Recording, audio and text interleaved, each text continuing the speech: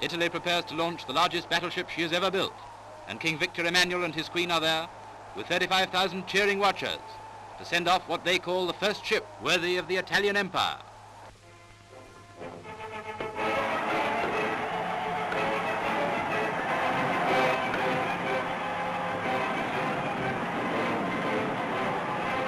The battleship is named Vittorio Veneto, and the actual christening is by the wife of one of the shipyard workers who stands by the side of the Queen.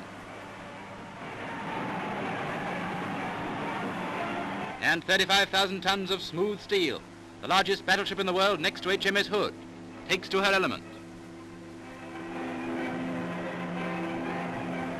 And out in the bay, the warships boom their salute.